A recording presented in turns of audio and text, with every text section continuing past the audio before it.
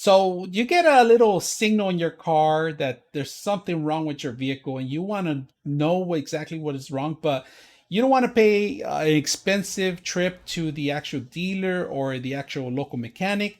You want to be able to identify the situation before you even go in there so you could get a better price fixing, because it could be something as simple as replacing your battery, simple as replacing a tube, a pin, or something, that's in your range, or maybe just an oil change. This is something that you actually would need. I actually bought one. It was more complicated because there's an application you had to include with it. Now this one comes with everything in one, and we're going to take a look at it and see what you get. It's called OBD2 Enhanced Code Scanner, and we're gonna put it to a test, see how well it works and how I can identify. And it works in different various vehicles, so make sure you look at the description in here. And there's a lot of different vehicles it works with. And in other vehicles will they require other items, other the different features. So we're gonna take a look at that too. So let's go ahead and open it up. This is a plus. They give you an actual box that's kind of like it's all plastic, it's all rubber, but it looks like more like a carbon fiber look. All right, and I like this. This is a plus. So we're gonna open it up here. First time opening it up, see what you get. And here's the actual connection, and this is the user manual. Very important. It tells you exactly step by step how to turn it on, how to turn it off, and how to read the codes and how to connect it to your machine. Because if you're not familiar with that, get to the bottom of it first. So we're going to go ahead and do that. So we're going to take this item out. Every vehicle since 2001, I believe, have one of these connections underneath their dashboard. This is very simple. This is where a lot of mechanics, and these are professional equipment that people paid hundreds of dollars to actually get just a regular meter reader. You basically plug this in and you pretty much set up all the features in here and you follow the instructions and you go through it. So it's just a plug and play, and all the software is built in here. You don't have to download anything. It gives you a readout. You could save some of the information. You could read some information. Unfortunately, you cannot forward any information anywhere else. It stays in the system.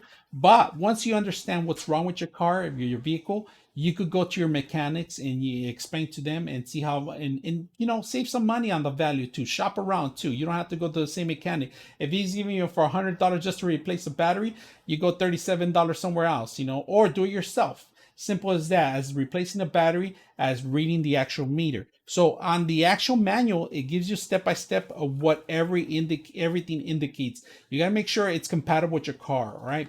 Prior to this, I had a different unit, and I'm gonna share with you. I had this one right here, and compared to this one, this is a lot better. This one you had to download. If you buy the Bluetooth or the Wi-Fi, you have to connect to your phone. Bluetooth, you could connect to your phone automatically, but you still need to get the application, and it didn't give you a full admission about what's going on with your car. You had to download, you had to upgrade your application, you had to pay for it.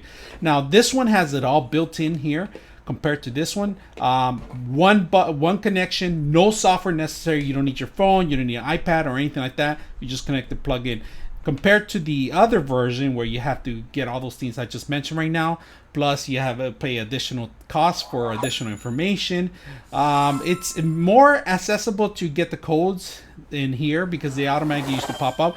But here you just mark them in, the codes that you get, you put them in here. The system has plenty of information on there. You could use it for many different types of cars. There's a whole list of cars that you can connect to.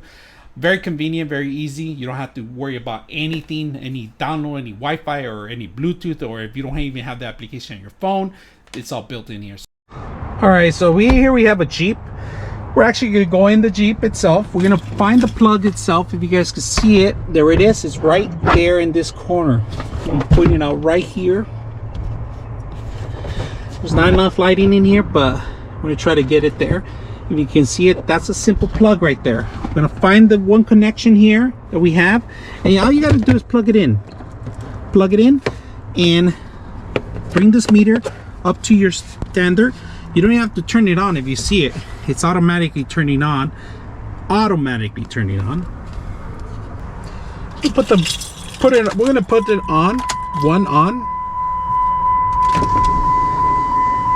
Not even turn on the car. We're gonna do a diagnostics of the whole thing. We're gonna go in here.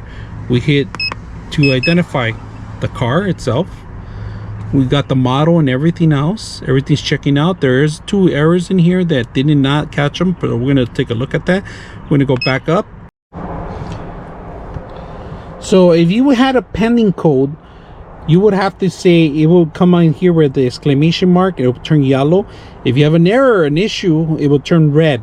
So right now when we go to car info, we hit info and pretty much we're in green right now. Everything's pretty much, air conditioner still working, but we do need fluid on our air conditioner. I know that we're gonna have to come that. So far everything's indicating that it's pretty good read right now. We're not getting anything bad. Like I said, if you come back to pending codes, store pending, you could actually store your codes here, so you could read them later on down the line. If you don't understand, the system doesn't have enough information, you can always go back in there. Pending codes, we don't have any, and then permanent codes, of course. Now if you want your VIN number, it's on this code here, but I'm not going to show you the VIN number because it shows the important information vehicle. And then of course we're going to go in here to see if we could read some more of this stuff. Go back in there. So we go in here, we hit OK, we're going to let it run. There's no issues. We're gonna go back out. Battery wise, battery status 12 volts. It's very good, it tells you there, right? So we're really good, and results for reference only. So we're good in the battery. We don't have to worry about the battery. You can always come back to battery too and hit battery status too, but I'm gonna try to see if we can check everything else. Settings, we're gonna go to settings in here, languages, self-test. We're gonna do a self-test here. Display test.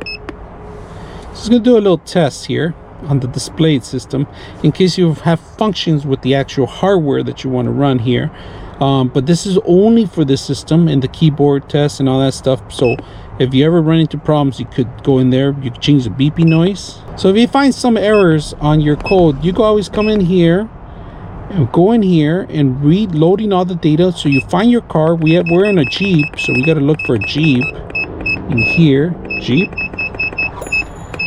find your code, and then you punch in your code and it'll give you the information that something's wrong in your code. That's only if you find something on the system itself, but overall very simple to use. Everything, all your manual, every information you need, it's all inquire in this box here. So you guys have any questions or any comments, let me know. I'm your host, Frank the Tank, and we are out.